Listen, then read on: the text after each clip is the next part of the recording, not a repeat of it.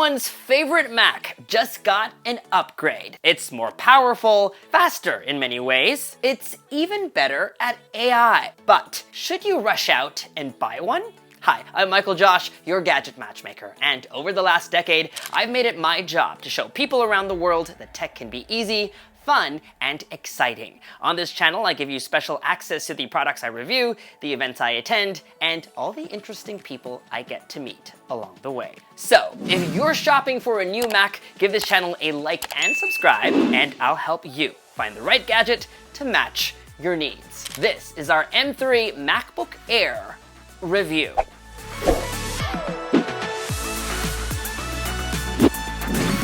As a power user for most of my life, my go-to Mac has been the MacBook Pro.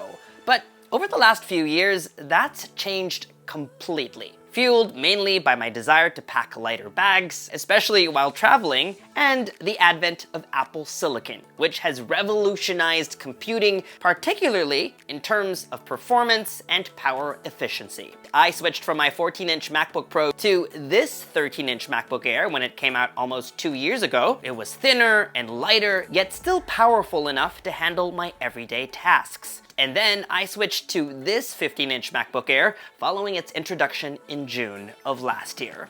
Both are personal favorites and are the laptops that I recommend to most people, which is why I was super giddy when just the other day, Apple announced the MacBook Air line was getting a refresh. Both the 13 and 15-inch models are updated, bringing the two at parity with one another and making it easier to decide between the two with a simple question.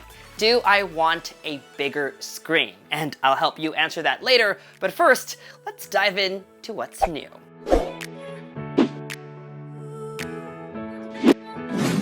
Headlining this year's update is the M3 chip, Apple's latest for the Mac, and if you ask me, that's more than enough power for most folks. That said, you should actually care about chip upgrades, especially now that we're in an age of video content creation and generative AI. As apps become more demanding and more power hungry, then you'll definitely want a chip that can keep up and you won't have to upgrade for, say, another 3 to 5 years. The other day, I had the opportunity to meet a group of university students using technology to make a difference in their communities, a mom turned book author, startup founders of a clothing company, and a doctor CIO at a chain of hospitals. The one thing we all had in common? We were all MacBook Air users. So whether you're a content creator like me, a student starting your own business, or are in the professional field, chances are the MacBook Air is the Mac laptop for you. The new M3 model is 60% faster than the M1 model and up to 13 times faster than the Intel model. This means apps load faster, games run smoother, videos render faster. Everything is just snappier, even compared to my M2 MacBook Air.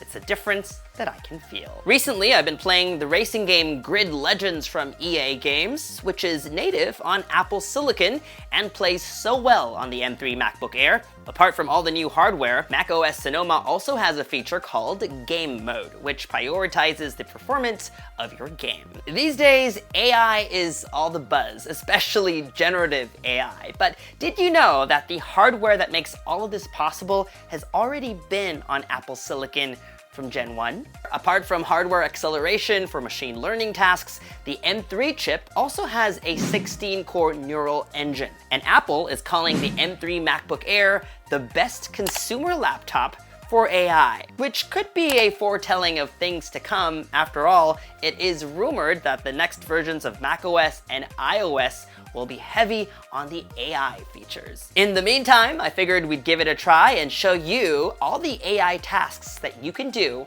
on a MacBook Air. Let's start with some cloud-based solutions. We're in an app called Luminar Neo. As you can see, it's a gorgeous photo, but it's actually focused on the flowers up front. So if you zoom in, the New York skyline is just lacking in detail, but no problem. We can use an AI feature called Super Sharp. Let's try it on low. It went from this to this. So we're here in CapCut editing a TikTok, and if you notice, the background is really noisy. The subway trip was a success. So all we have to do is apply voice isolation, which is an AI feature. The subway trip was a success. And just like that, it's cleaned up. And now let's try the app FreeChat that does everything on device using a large language model.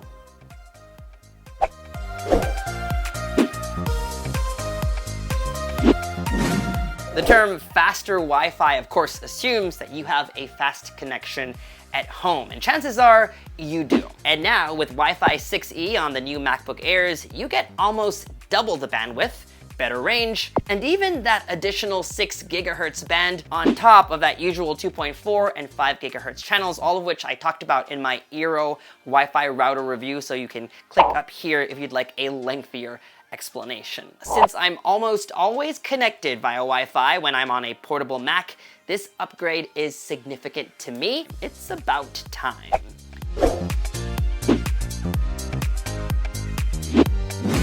For those who like to park their laptop at a desk, both at home or at the office, also new on the M3 models is support for 2 external displays instead of just 1. So if you're like me and have 2 Apple Studio displays, your new Mac will be able to power both as long as you keep the laptop closed, which means you'll need a Bluetooth keyboard and mouse or trackpad. If you're a Mac user, then these are very handy to have around. They also pair well with other devices like a Mac Mini or Vision Pro.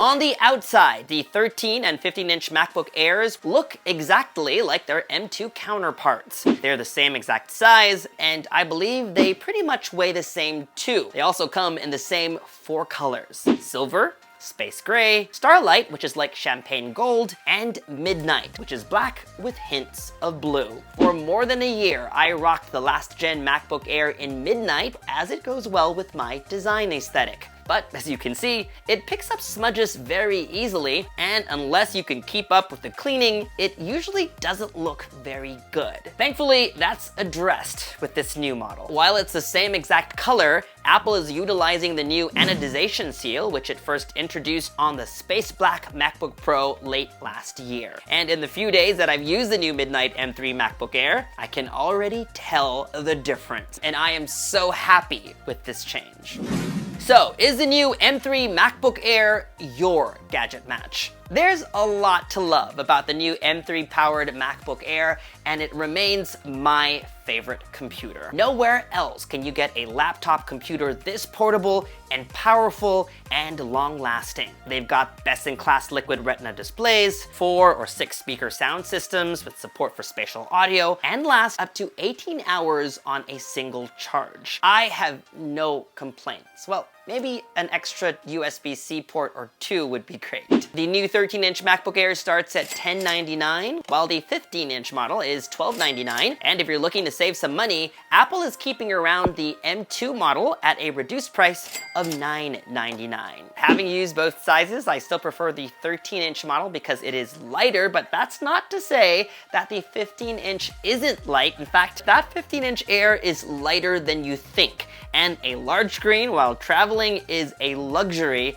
that you can now afford. In terms of configurations, spend as much as you can afford, but that mid-tier model with that 10-core GPU and 512 gigabytes of storage is always a good choice and is the config that I'd recommend to most. And that was my 15-inch MacBook Air review. If you'd like to see more content like this one, you know the drill, folks. Subscribe to our YouTube channel and hit that bell icon so that you get notified as soon as we upload. Follow me on social media for all the behind-the-scenes fun stuff, and for news and updates, make GadgetMatch.com your daily habit. Until the next video, I'm MICHAELJOSH. Thanks for dropping by.